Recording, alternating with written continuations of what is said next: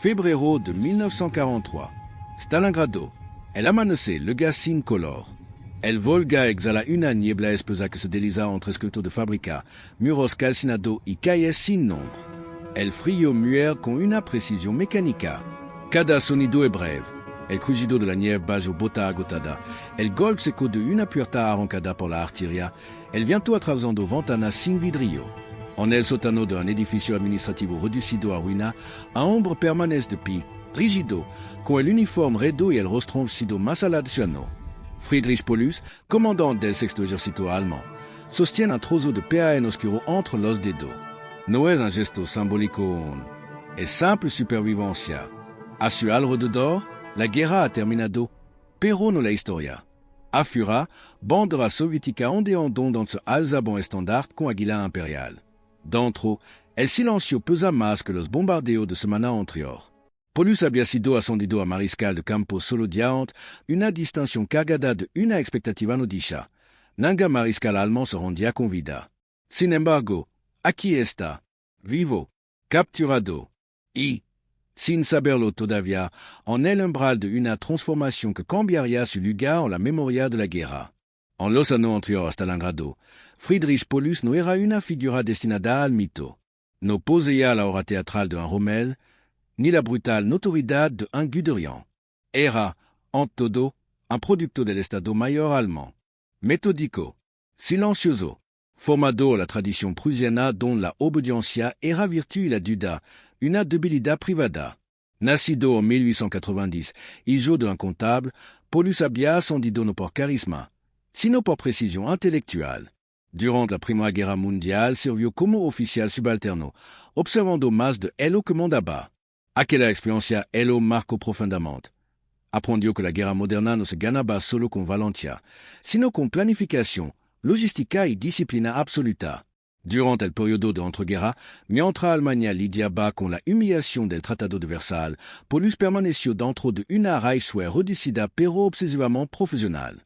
Fue allí donde desarrolló su reputación como planificador brillante. No era un ideólogo ferviente del nacionalsocialismo. De hecho, su relación con el partido fue siempre distante. Sin embargo, cuando Adolf Hitler comenzó a expandir la Wehrmacht y a convertirla en instrumento central de su visión imperial, hombres como Paulus se volvieron indispensables. Técnico del poder militar, ejecutores eficientes de decisión tomada en otro nivel.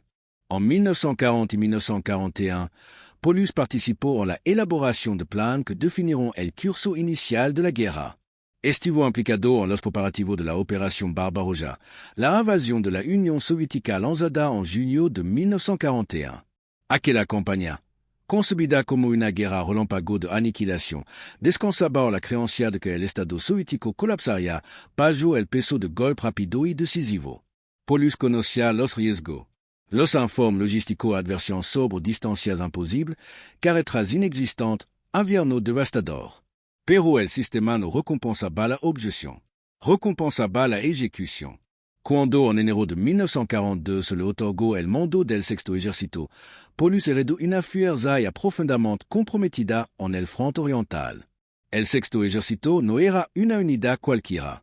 Era una de las formaciones más prestigiosas de Alemania, endurecida en Francia y luego en Ucrania. Bajo las órdenes del Grupo de Ejército Sur, su misión era avanzar hacia el Cáucaso y asegurar recurso vital para la maquinaria de guerra alemana, especialmente el petróleo. Stalingrado, una ciudad industrial a orilla del Volga, se convirtió en objetivo tanto estratégico como simbólico. Levaba el nombre del líder soviético. Tomarla significaba más que cortar ruta de suministro. Significaba un golpe psicológico. Paulus no eligió Stalingrado. Stalingrado se le impuso. A medida que el verano de 1942 avanzaba, las órdenes de Berlín se volvieron más rígidas, más desconectadas de la realidad del terreno. Hitler intervenía directamente en movimiento táctico, exigiendo avance incluso cuando las unidades estaban exhaustas. Paulus, formado para obedecer, cumplía. Su diario y testimonio posterior muestran a un comandante atrapado entre el conocimiento profesional y la lealtad institucional. Cada día que pasaba en Stalingrado erosionaba no solo a su tropa, sino también la certeza doctrinal de la guerra alemana. Para el otoño de 1942, el sexto ejército estaba completamente absorbido por la batalla urbana. Fábrica, sótano, escalera, habitación convertida en front de combat. Las bajas se contaban por docenas de miles. El PAN negro distribuido a los soldados se reducía en tamaño y frecuencia. Aux nazis, la expectativa alemana permanecía intacta. Resistir, avanzar, no retroceder. La idea de retirada estaba prohibida. Rendirse era impensable. En ese contexto, Paulus creía que su papel era estrictamente militar. No sabía que la historia estaba a punto de exigir algo distinto. El cerco soviético, iniciado en noviembre de 1942 con la Operación Urano, cerraría lentamente esa posibilidad de neutralidad. Y con él, comenzaría el verdadero aislamiento de Friedrich Paulus, no solo del Reich, sino de la identidad que había sostenido durante toda su carrera. El 19 de noviembre de 1942, antes del amanecer, la estepa al norte y al sur de Stalingrado se iluminó con un fuego que no anunciaba avance allemand, sino se encierró. La operación Urano, cuidadosamente preparada por el alto mando soviético, no atacó el corazón del sexto ejército, sino su flanco más débil, defendido por fuerza rumana, húngara e italiana insuficientemente equipada para resistir una ofensiva blindada masiva. En cuestión de hora, esas líneas se quebraron. En día, los anillos se cerraron. Para el 23 de noviembre, las puntas de lanza soviéticas se encontraron cerca de Kalach, selando el destino de más de 250.000 hombres dentro de Stalingrado. Dentro del cerco, la realidad se transformó de manera abrupta. Las comunicaciones con Berlín se volvieron fragmentarias. Los mapas ya no coincidían con el terreno. Las promesas de abastecimiento aéreo comenzaron a chocar con cifras imposibles. Hermann Göring aseguró a Hitler que la Luftwaffe podía mantener al sexto ejército por aire. Los cálculos de Paulus y de su oficial logístico indicaban el lo contrario. Se necesitaban al menos 600 toneladas diarias. En los mejores días, apenas le bon sens.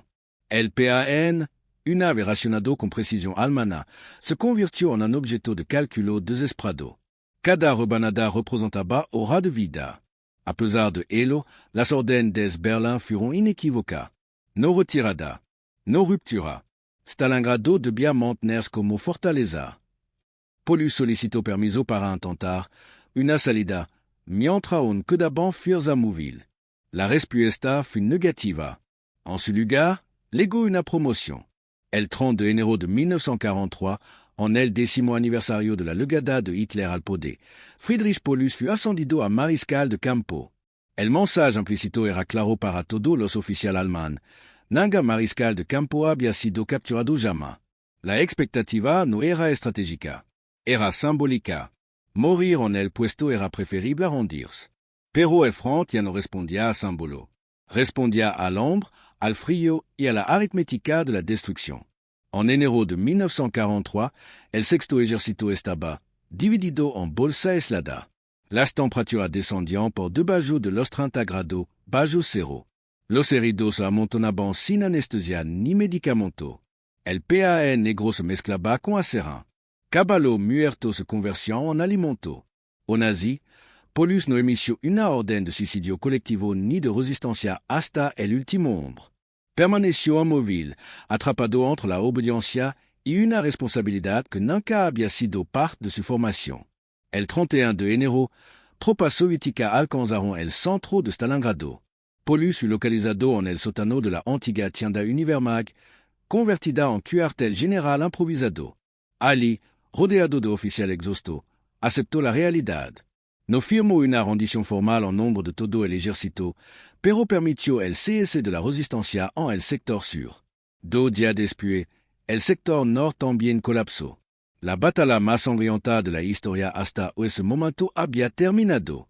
Para la propaganda alemana, Paulus se convirtió en una figura incómoda. No había muerto. Para los soviéticos, era un trofeo estratégico, pero también un interrogante humano. Lo trasladaron fuera de la ciudad, luego del Volga, hacia un cautiverio que no sería breve ni simple. El PAN que recibiría ya no sería alemán ni racionado por la Wehrmacht, sino soviético, medido con una intención distinta. No solo alimentar, sino observar. El hombre que había llegado a Stalingrado como ejecutor de orden comenzaba un nuevo trayecto, uno donde la guerra no se libraría con división y mapa, sino con memoria, culpa y palabra. Y sería en ES espacio, le jour del front, don Friedrich Paulus enfrentaría su verdadero punto de inflexión. Para los soldados alemanes que habían servido bajo su mando, Friedrich Paulus siempre fut una figura distante. No caminaba entre las trincheras como otro general. No pronunciaba discurso incendiario. Su autoridad emanaba del reglamento, no del magnetismo personal. En Stalingrado, esa distancia se volvió más profunda. Mientras los hombres combatían entre ruina congelada, Paulus permanecía en puesto de mando subterráneo, rodeado de mapas que se volvían obsoletos en cuestión de hora. Desde la perspectiva humana, el sexto ejército no vio en él a un salvador ni a un traidor, sino a un refugio de la estructura que los había levado allí. Una cadena de mando incapaz de adaptarse cuando la realidad rompía el plan. Para los soviéticos, sin embargo, Paulus representaba algo distinto. No era solo un general capturado, era el comandante del ejército que había intentado tomar la ciudad símbolo del poder de Stalin. Los primos interrogatorios, llevados a cabo por oficial del NKVD y del Ejército Rojo, no buscaron humillarlo físicamente. Los registros indican un trato relativamente correcto, incluso cuidadoso. Paulus estaba exhausto, enfermo, visiblemente envejecido. Los soviéticos comprendían el valor de un prisionero vivo, especialmente uno que había sido elevado a mariscal de campo días antes de su captura. Su mera supervivencia ya era una victoria política. Desde el ángulo moral, la figura de Paulus comenzó a fracturarse. En la tradición militar alemana, rendirse como mariscal de campo era inconcebible. La promoción otorgada por Hitler había sido una orden sin palabra: morir. Paulus no lo hizo, no por desafío abierto, sino por una mezcla de inercia, responsabilidad hacia su hombre y una ausencia total de fanatismo ideológico. No dejó escrito heroico, no proclamó resistencia final. Simplement permitió que la maquinaria se detuviera. Et esa decisión, pasiva en apariencia, tendría consecuencia profunda. En Alemania, su nombre fut silenciado. En la Unión Soviética, comenzó a ser estudiado. Desde el punto de vista táctico, Stalingrado marcó el colapso definitivo de la doctrina alemana de guerra relámpago en el este. Paulus, uno de los arquitectos teóricos de campaña anterior, se convirtió en el comandante del primer ejército alemán completamente destruido. Ese hecho no pasó desapercibido para su captor. Durante el cautiverio inicial, se le presentaron en forma mapas y cifras que mostraban la magnitud del desastre. No como castigo, sino como confrontación. La realidad era innegable. La guerra que había ayudado a planificar había superado cualquier control humano. El PAN reaparece aquí como símbolo silencioso. En los campos de prisioneros soviéticos, Paulus recibía ración superior a las de los soldados comunes. No por privilegio personal, sino por cálculo político. Cada comida era una demostración sutil. El Reich había prometido abundancia y entregado hambre. El enemigo, al menos en cautiverio, ofrecía estabilidad. No era generosidad, era estrategia. Desde la perspectiva del liderazgo, Paulus comenzó a experimentar algo inédito en su vida militar. Tiempo. Tiempo para pensar sin orden urgente. Tiempo para revisar decisión pasada. Los soviéticos lo sabían. No presionaron de inmediato. Permitieron que el silencio hiciera su trabajo. En ese silencio, la identidad del oficial prusiano comenzó a erosionarse. Ya no había mapa que corregir ni división que mover. Solo la memoria de Stalingrado y el peso de haber sobrevivido. El proceso inicial no produjo una ruptura ideológica visible. Paulus no denunció a Hitler de inmediato. No abrazó el comunismo. Permaneció reservado, casi hermético. Pero algo había cambiado. El hombre que había legado al cautiverio como comandante derrotado comenzaba a transformarse en testigo. Y ese testigo, con el tiempo, se volvía incómodo para el régimen que él había elevado. Ese cambio, lento y cuidadosamente cultivado, se haría más evidente cuando otro oficial alemán comenzaron a reunirse en cautiverio y cuando la guerra fuera de los campos siguiera su curso hacia una conclusión inevitable. Con el paso de los meses, el cautiverio de Friedrich Paulus dejó de ser únicamente una consecuencia militar para convertirse en un espacio político. En 1943, mientras el frente oriental se desplazaba inexorablemente hacia el oeste, la Unión Soviética comenzó a reorganizar a los prisioneros alemanes de alto rango en un marco distinto, el de la propaganda y la reeducación. Nació el Comité Nacional por una Alemania Libre, el NKFD, compuesto por oficial y soldado alemán capturado, cuyo objetivo declarado era promover el derrocamiento de Hitler y el fin de la guerra. Para muchos, se trataba de una traición. Para otro, de una última forma de servicio a Alemania. Desde el ángulo ideológico, Paulus fue inicialmente reacio a participar. Los registros soviéticos y los testimonios posteriores coinciden que su adhesión no fue inmediata. Había pasado toda su vida dentro de un sistema que premiaba la obediencia y castigaba la disidencia.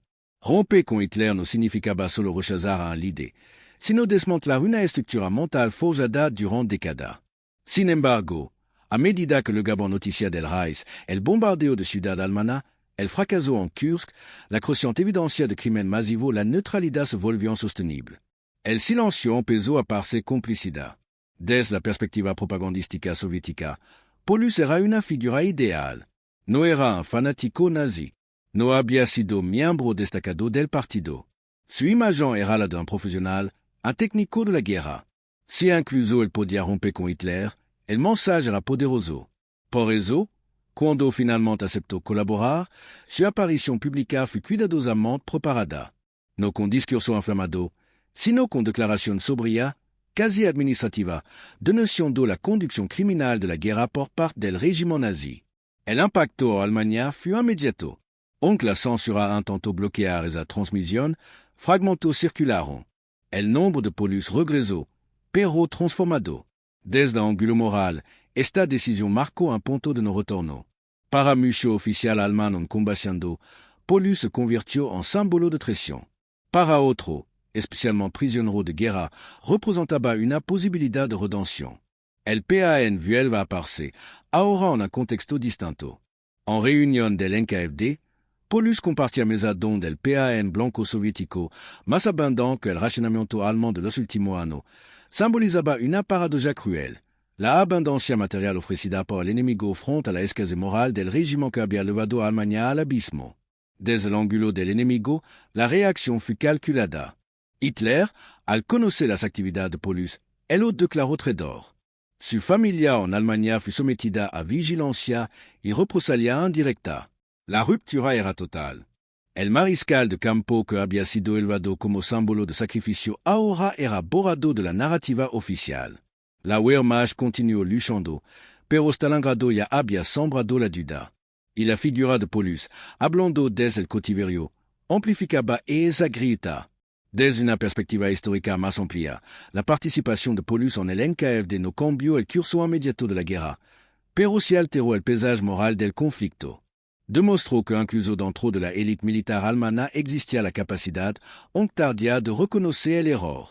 No fue un acto heroico en el sentido tradicional. Fue un acto de reconocimiento. Y en una guerra construida sobre mito de invencibilidad y obediencia ciega, ese reconocimiento tenía un peso propio. A medida que la guerra se acercaba a su clímax en Europa, Friedrich Paulus ya no era solo el comandante derrotado de Stalingrado. Se había convertido en una voz que desafiaba, desde la derrota, la legitimidad de la causa por la que había luchado. Ese desafío alcanzaría su máxima explosión cuando la guerra terminara y el mundo exigirá no solo vencedor, sino testigo. En 1944, mientras el ejército rojo avanzaba hacia la frontera oriental del Reich y la ciudad alemana ardía bajo bombardeo aliado, Friedrich Paulus entró en una fase de cautiverio distinta, más introspectiva y decisiva. Ya no era simplemente un prisionero de alto rango. Se había convertido en una pieza consciente dentro de un conflicto ideológico que superaba a la guerra misma. Fue trasladado a condiciones relativamente estables, lejos del front, donde el aislamiento físico se combinaba con una presión psicológica constante, pero silenciosa. No había grito ni amenaza. Había documento, testimonio, fotografía. Informe que de Taliban el alcance real de la destrucción alemana en el este. El punto de inflexión no llegó de manera súbita. Fue acumulativo. Paulus recibió informes sobre el destino del sexto ejército, decenas de miles muertos de frío y hambre tras la rendición, otro tanto desaparecido en campos de prisioneros. Recibió también información fragmentaria, pero consistente, sobre ejecución masiva de civiles soviéticos, sobre el papel de la Einsatzgruppen, sobre una guerra que ya no podía describirse únicamente como militar. Para un hombre formado a la separación estricta entre política y estrategia. Esta revelación fue corrosiva. La obediencia, entendió lentamente, no había sido neutral. El sonido recurrente en esos meses no fut el de la artillería, sino el de hoja de papel. Informe que se deslizaban sobre la mesa. Traducción cuidada. Cada dato presentado sin énfasis emocional. El método soviético no buscaba una confusión teatral, sino una aceptación racional. Y funcionó. En julio de 1944, tras el fallido atentado contra Hitler del 20 de julio, Paulus fut informado de la ejecución de numerosos oficiales alemanes implicados, algunos de ellos conocido personal. Esa noticia cerró cualquier posibilidad de retorno psicológico. El régimen al que había servido ya no castigaba solo la derrota, sino la duda misma. En ese contexto, Paulus aceptó participar más activamente en declaración pública contra Hitler. No con furia, sino con la frialdad de un Estado mayor. Denunció la conducción irresponsable de la guerra, el sacrificio inútil de ejército entre la subordinación absoluta de la realidad militar a la voluntad personal del Führer. Su palabra, transmitida por radio soviética y panfleto lanzado sobre posición alemana, no prometió victoria ni salvación. Prometió el final de una ilusión. Para Alemania, esta declaración fue un golpe simbólico profundo. No por Paulus fura amado por las masas, sino por representaba el núcleo mismo del profesionalismo militar alemán. Si incluso él hablaba de crimen y error, la narrativa de una guerra defensiva comenzaba a desmoronarse. Para los soviéticos, Paulus había alcanzado su máximo valor estratégico no en Stalingrado, sino ahora como testigo interno del colapso moral del Reich. El PAN, presente desde el inicio, adquiere aquí su dimensión final como símbolo. En reunión del Comité Nacional por una Alemania libre, Paulus rompía PAN en mesa larga, rodeado de otro oficial capturado. No era un gesto de camaradería, sino de contraste histórico. El mismo hombre que había calculado raciones imposibles a Stalingrado ahora participaba en una abundancia controlada, diseñada para demostrar que la supervivencia podía existir fuera del Reich. No era libertad plena, pero era una alternativa al fanatismo. Este momento marcó el verdadero clímax de su transformación. Friedrich Paulus dejó de ser simplemente un derrotado para convertirse en una fuente de legitimidad histórica contra el régimen que él había creado. La guerra no había terminado, pero su relación con él sí. Y cuando finalmente concluirá, el mundo le pediría algo más que palabra, le pediría memoria. Cuando el Tercer Reich colapsó en mayo de 1945, el mundo descubrió que la guerra no terminaba con la rendición, sino que continuaba en tribunal, archivo y conciencia. Para Friedrich Paulus, ese momento significó una transición definitiva. Ya no era un instrumento propagandístico de guerra activa, sino un testigo clave de un sistema derrotado. Su valor, ahora, residía en él que sabía y en él que estaba dispuesto a reconocer públicamente. La Unión Soviética él lo mantuvo en custodia, pero su papel se desplazó hacia un escenario más amplio, el juicio de la historia. En 1946, Paulus fut llevado a Nuremberg para testificar en los juicios contra los principales criminales de guerra nazi. Su aparición fue breve, controlada y profundamente simbólica. Vestido de civil, delgado, con el porte rígido de un oficial prusiano, Paulus confirmó ante el tribunal lo que muchos ya sabían pero poco habían dicho desde dentro, que la guerra contra la Unión Soviética había sido construida como una guerra de exterminio y que la Wehrmacht, lejos de ser una institución apolítica, había participado consciente y sistemáticamente en ese esfuerzo. No habló con grandilocuencia, enumeró hecho, fecha, orden, estructura de mando.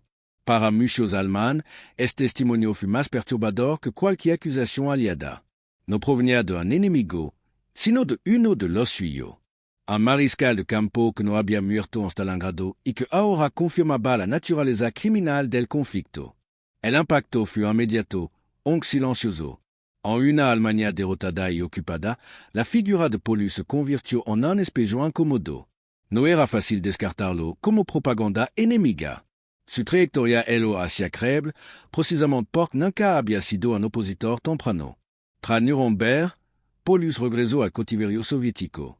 No fue liberado con el resto de los prisioneros. Permaneció en la Unión Soviética hasta 1953, viviendo en condición relativamente cómoda pero siempre vigilada. Durante eso anno escribió memoria parcial, reflexiones stratégica y análisis crítico de la conducción alemana de la guerra. No buscaba justificarse. Su escrito muestran a esfuerzo por comprender cómo una institución obsesionada con la eficiencia había terminado sirviendo a un proyecto de destrucción total. El PAN vuelve a aparecer, ahora de forma casi invisible. En Moscú, Paulus recibía alimento regular, suficiente, producible. No era abundancia celebrada, sino normalidad. Y esa normalidad contrastaba brutalmente con el hambre sistemática de Stalingrado y con la escasez que aún sufrían millones en Europa. Para Paulus, esa constancia se convirtió en un recordatorio cotidiano de que el colapso no había sido inevitable por falta de recursos, sino por decisión ideológica. En 1953, tras la muerte de Stalin, la Unión Soviética permitió finalmente su regreso a Alemania. No a la Alemania occidental, sino a la República Democrática Alemana. Allí, en un estado que se proclamaba heredero del antifascismo, Paulus fue recibido como una figura útil pero siempre vigilada. Vivió en Dresde, trabajó como asesor militar y rara vez apareció en público. No buscó rehabilitación ni protagonismo. Su salud era frágil.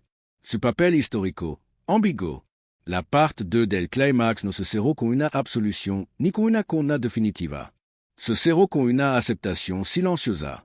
Friedrich Paulus había cruzado todas las líneas posibles, de comandante a prisionero, de símbolo del Reich a testigo contra él, de mariscal de campo a hombre común en un país dividido. Y ese recorrido, más que cualquier batalla, definió su lugar en la historia. Ese recorrido, sin embargo, tendría consecuencias duraderas no solo para su memoria personal, sino para la forma en que Alemania enfrentaría su pasado en las décadas siguientes. En los años posteriores a su regreso a Alemania Oriental, Friedrich Paulus se convirtió en una figura casi espectral dentro del paisaje político y social de la posguerra. No ocupó cargo visible de poder ni pronunció discurso público frecuente. Su presencia era funcional, no celebrada. Para la República Democrática Alemana, Paulus servía como prueba viviente de una ruptura con el pasado nazi, pero también como recordatorio de que incluso los profesionales más disciplinados habían sido cómplices de un sistema criminal. Su utilidad residía en ese equilibrio incómodo. Paulus trabajó como asesor civil en el Instituto para la Historia Militar en Dresde. Allí, analizó Campana, revisó documentos y aportó su conocimiento técnico a una narrativa que buscaba reinterpretar la historia militar alemana bajo un prisma antifascista. No comandaba tropa, no diseñaba operación. Escribía, reflexionaba. En su texto, evitó la autopiedad y el heroísmo retrospectivo. Reconoció error estratégico, pero también error moral. Admitió que la Wehrmacht no había sido un simple instrumento, sino un actor consciente dentro de la guerra de aniquilación en el Est. Las cifras que emergieron en ese año reforzaron la magnitud del desastre que había comandado. De los aproximadamente 250.000 hombres del sexto ejército cercado en Stalingrado, solo 190.000 fueron capturados con vida. De ello, menos de 6.000 regresaron a Alemania años después. El resto murió de enfermedad, desnutrición y agotamiento en cautiverio. Paulus conocía ese número. Vivía con ello. Cada estadística era un rostro potencialmente recordado, una decisión no tomada, una orden obedecida. En Alemania occidental, su nombre permanecía prácticamente ausente. No fue invitado a ceremonia ni a debate público. Para muchos veteranos, Paulus seguía siendo el comandante que no rompió el cerco cuando aún era posible. Para otro, era el mariscal que habló contra Hitler demasiado tarde. El silencio fue la forma predominante de juicio. No hubo reconciliación nacional con su figura. Hubo omisión. Y esa omisión reflejaba una dificultad más amplia, la de integrar responsabilidad sin destruir la identidad colectiva de una sociedad derrotada. El PAN, una vez más, aparece como símbolo discreto. En Dresde, Paulus llevaba una vida austera. Las raciones ya no eran instrumento de propaganda, sino parte de una economía socialista marcada por la escasez. Sin embargo, nunca volvió a experimentar el hambre absoluta de Stalingrado. Esa diferencia, mínima en apariencia, era suficiente para subrayar una verdad incómoda. Incluso un sistema imperfecto, la vida podía continuar. En la lógica totalitaria del Reich, había sido sacrificada sin límite. Desde una perspectiva histórica, el aftermath de Paulus no fue el de un héroe quedó ni el de un villano castigado.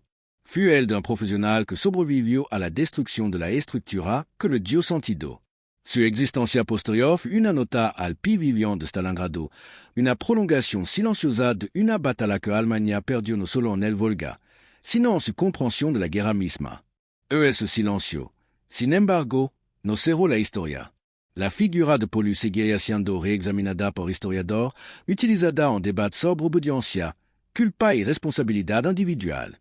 Y sería en esa reflexión posterior donde su legado encontraría su forma más duradera.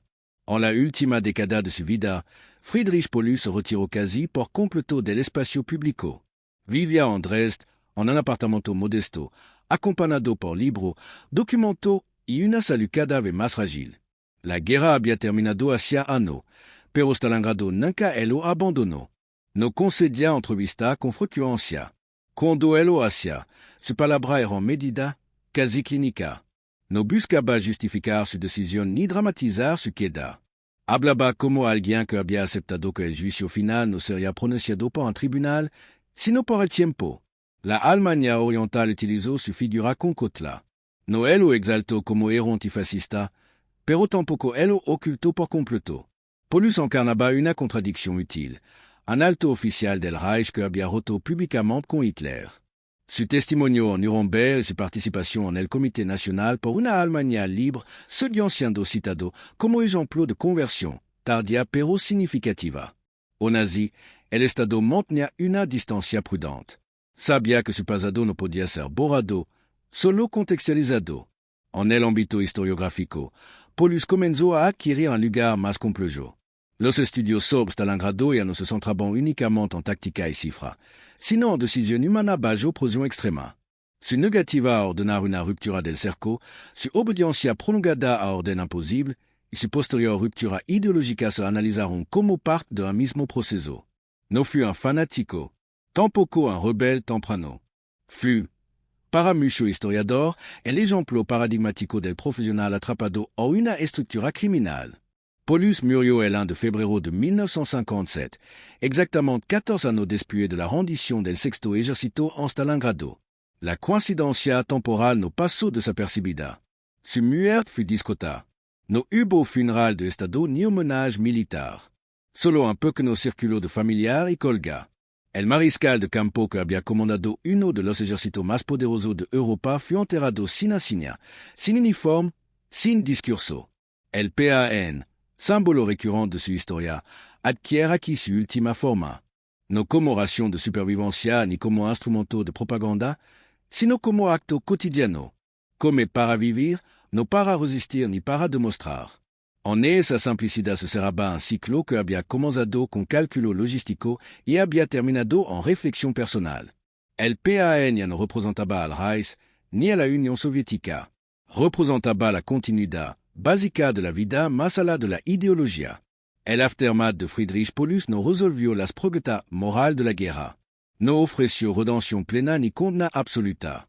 Ofreció, en cambio, un caso de estudio incómodo, cómo la obediencia puede coexistir con la conciencia y cómo la conciencia puede despertar demasiado tarde para cambiar el curso de los acontecimientos, pero no demasiado tarde para dejar testimonio. Ese testimonio, silencioso pero persistente, prepara el terreno para una reflexión final más amplia. Una reflexión que no pertenece solo a Paulus, ni siquiera a Stalingrado, sino a la naturaleza misma del poder, la responsabilidad y la memoria en tiempo de guerra. Stalingrado no terminó cuando cesaron los disparos. Continuó en los archivos, en los silencios, en nombres como Friedrich Paulus, que sobrevivieron a la destrucción física solo para enfrentar una ruina más duradera. Su historia no es la de una conversión heroica ni la de una traición teatral. Es la historia de un sistema que formó técnico de la guerra incapaz de detenerla cuando dejó de ser racional, y de un hombre que comprendió demasiado tarde que la obediencia no absuelve. El PAN, presente en cada etapa de su recorrido, resume esa verdad con una claridad ostra. En Stalingrado fue ración y cálculo, reducido a gramo mientras la ideología exigía sacrificio infinito. En cautiverio, fue estabilidad ofrecida por el enemigo, no como acto de humanidad pura, sino como demostración de que incluso la guerra total podía detenerse. En la posguerra, fut simple alimento cotidiano, despojado de Sambolo, recordando que la vida continua cuando los imperios se derrumban. La experiencia de Paulus revela una paradoja central del siglo XX, que la sociedad más organizada, más disciplinada, pueden convertirse en instrumento de destrucción precisamente por esa eficiencia. La Wehrmacht no colapsó por falta de profesionalismo, sino por su subordinación absoluta a una ideología que negaba límites. Stalingrado expuso esa contradicción al mundo. Paulus la encarnó. No fue un mártir ni un redentor.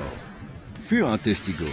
Y los testigos, aunque incómodos, son esenciales para que la historia no se reduzca a mito conveniente. Su vida posterior, marcada por el silencio y la reflexión, demuestra que la derrota puede ofrecer una forma de verdad que la victoria rara vez concede. En última instancia, la historia de Friedrich Paulus no trata solo de lo que sucedió después de Stalingrado. Trata de lo que ocurre cuando una sociedad confine lealtad con virtud, obediencia con honor y sacrificio con sentido. Y recuerda que la abundancia, la libertad y la dignidad no se miden por bandera ni rango, sino por la capacidad de reconocer el error de que el costo sí irreversible. Porque incluso en las ruinas más profundas, la historia no pregunta quién obedeció mejor, sino quien comprendió a tiempo.